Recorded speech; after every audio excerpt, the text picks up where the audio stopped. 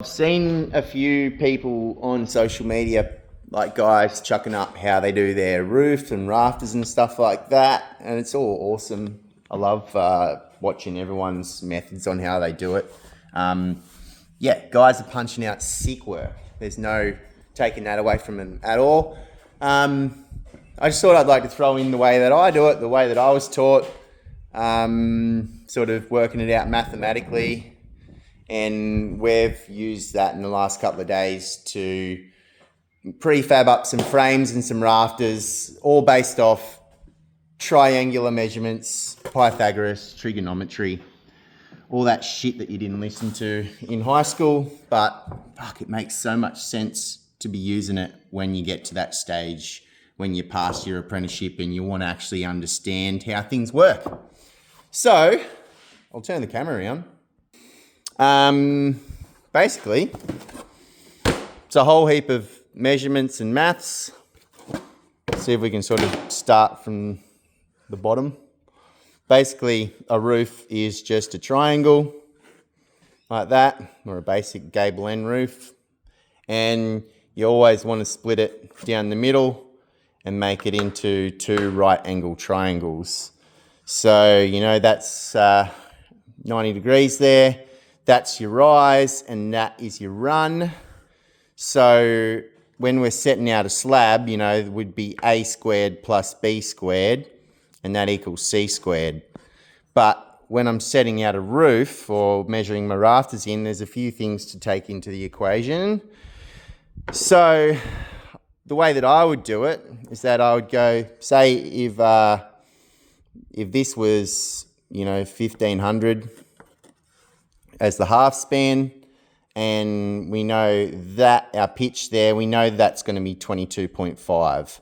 So I would go in the calculator, I'd go 1500. I don't think you can fucking see my writing with this shit pencil, but 1500 divided by cos 22.5.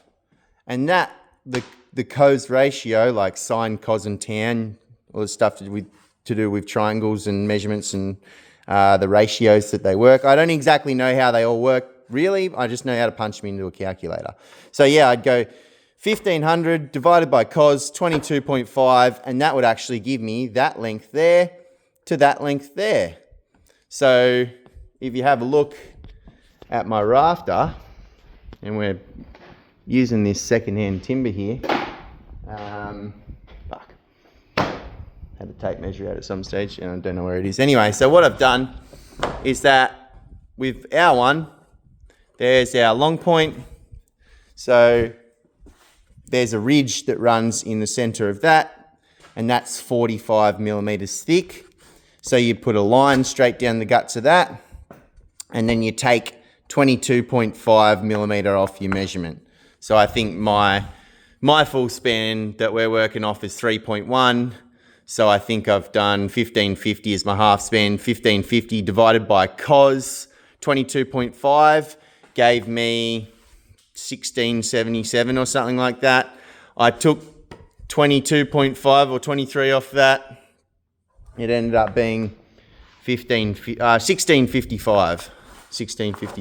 So I went 1655. And that's down to your back of your pitching point at your plumb cut there. And you've just gone 1665 from your long point all the way down to the short point of your plumb cut.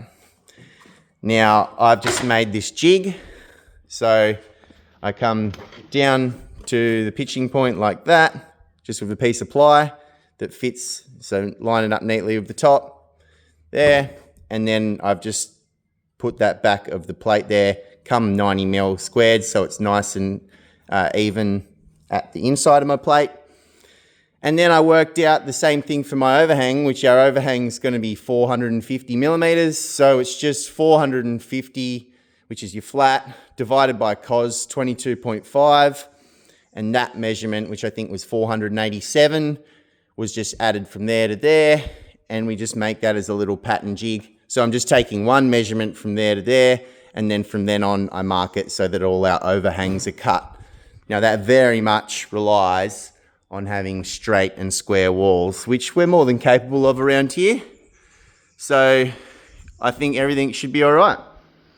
And tomorrow we'll probably, take those sheets off. We've got everything cut, ready to fucking roll.